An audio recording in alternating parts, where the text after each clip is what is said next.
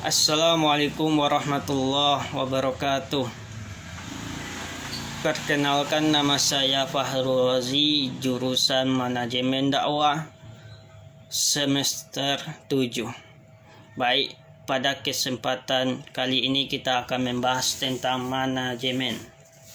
Manajemen adalah sebuah proses mengatur sesuatu yang dilakukan sekelompok orang atau organisasi untuk mencapai tujuan organisasi dengan cara bekerja sama dalam memanfaatkan sumber daya yang dimiliki. Unsur-unsur manajemen.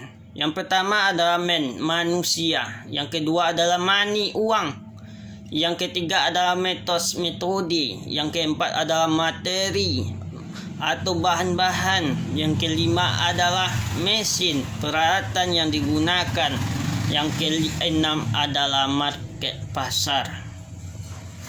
Berikut pengertian manajemen menurut para ahli.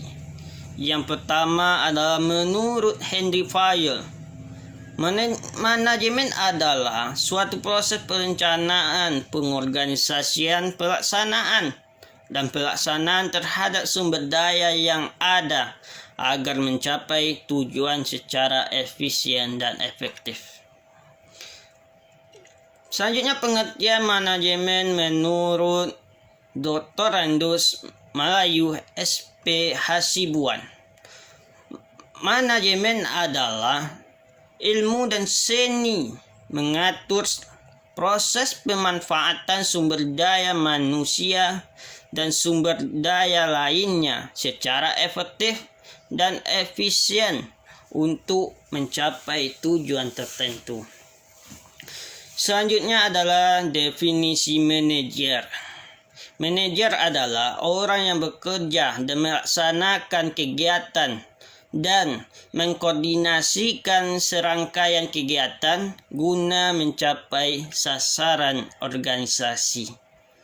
Berikut adalah tingkatan manajer. Yang pertama adalah manajer lini pertama, yaitu tingkatan manajemen paling rendah yang mengelola dan mengkoordinasikan pekerjaan para karyawan staf.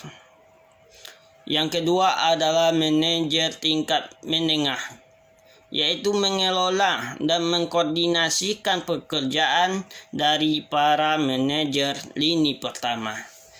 Yang selanjutnya adalah manajer puncak atau top manager, yaitu orang yang bertanggung jawab atas pengambilan keputusan dan menyusun rencana serta sasaran strategi organisasi secara keseluruhan. Berikut adalah fungsi-fungsi manajemen. Yang pertama ada fungsi perencanaan, yaitu proses perumusan sasaran, penetapan strategi untuk mencapai sasaran tersebut, serta penyusunan rencana guna menyelaraskan dan mengkoordinasikan berbagai kegiatan. Selanjutnya fungsi pengorganisasian. Fungsi pengorganisasian adalah suatu proses penentuan, pengelompokan, dan peraturan bermacam-macam aktivitas yang diperlukan untuk mencapai tujuan dan menempatkan orang-orang yang terbaik yang sesuai dengan keahliannya.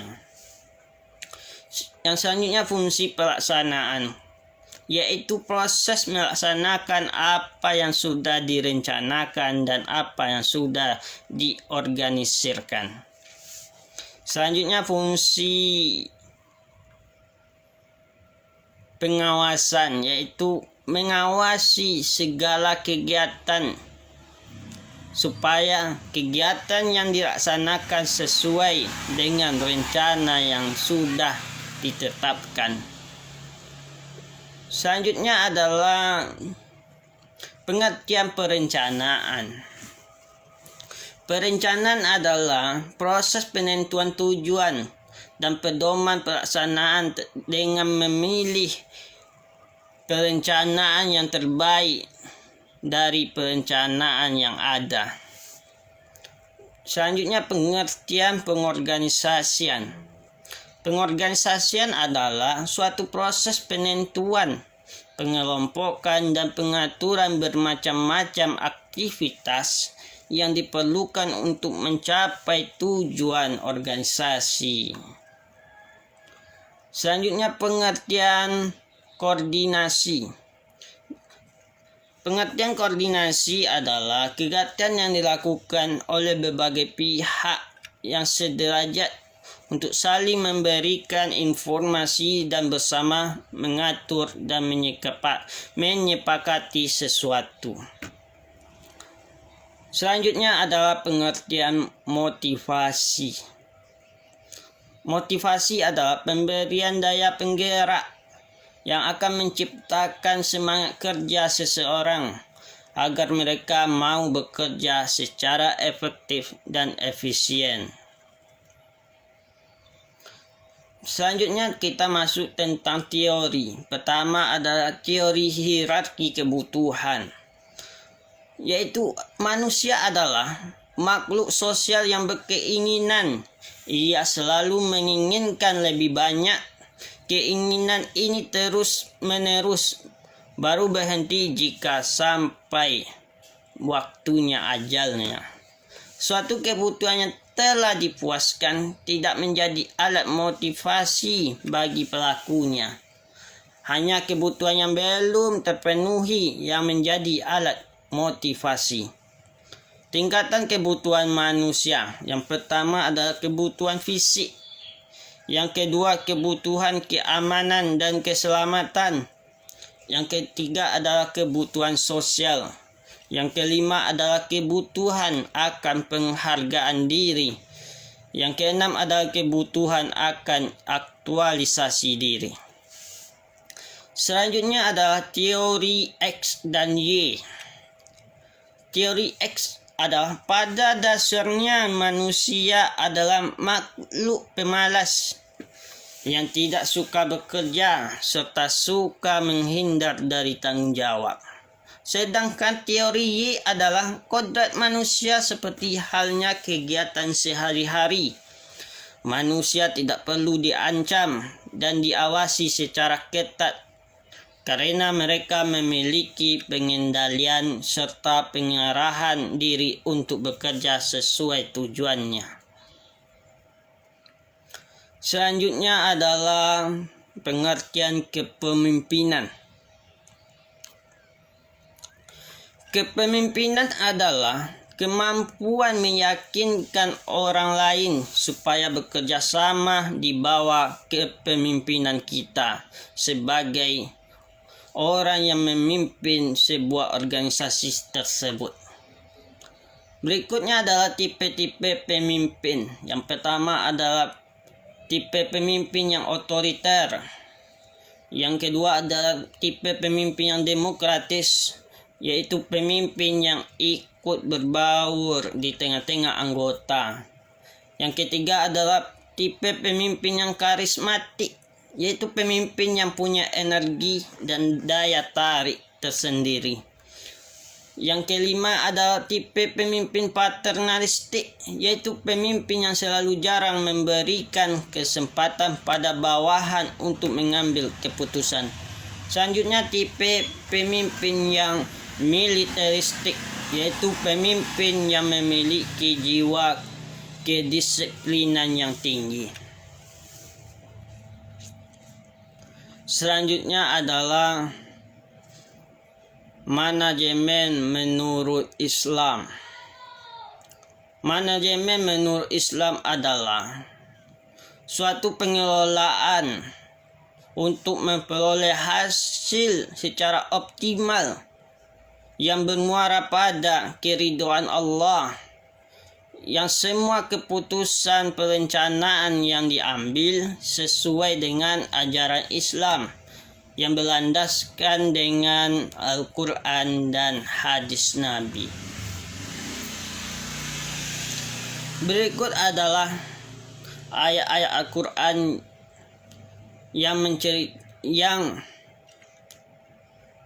ayat-ayat Al-Quran tentang perencanaan. Yang pertama adalah dalam surat Al-Insyirah. A'udzubillahi minasyaitonir rajim. Bismillahirrahmanirrahim. Fa iza faragta fansab wa ila rabbika farghab. Artinya, apabila kamu telah selesai dari suatu urusan, kerjakanlah dengan sungguh-sungguh urusan yang lain, dan hanya kepada Tuhanmu lah hendaknya kamu berharap.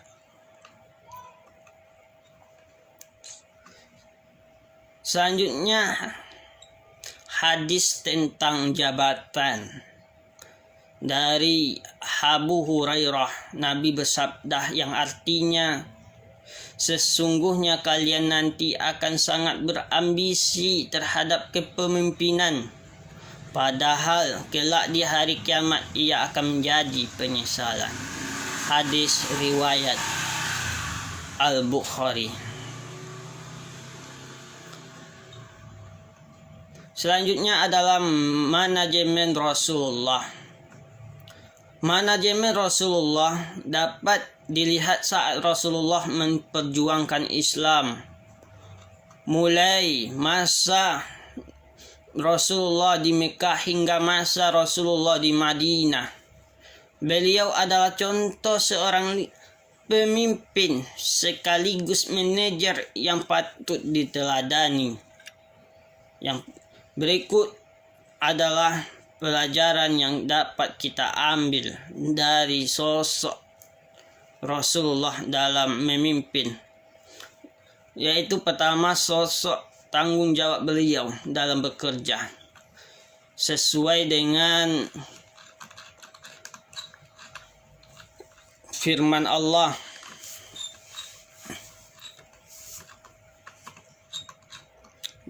dalam surat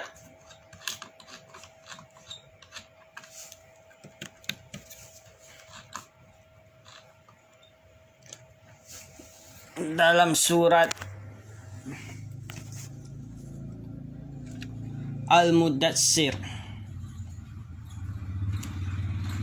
ayat 38, yang artinya setiap orang bertanggung jawab atas apa yang telah dia lakukan. Dan di dalam hadis Nabi bersabda yang artinya, sesungguhnya Allah mencintai seseorang hamba apabila bekerja dan mengerjakannya secara profesional. Itulah materi manajemen kita pada hari ini. Saya Farul Razi. Wassalamualaikum warahmatullahi wabarakatuh.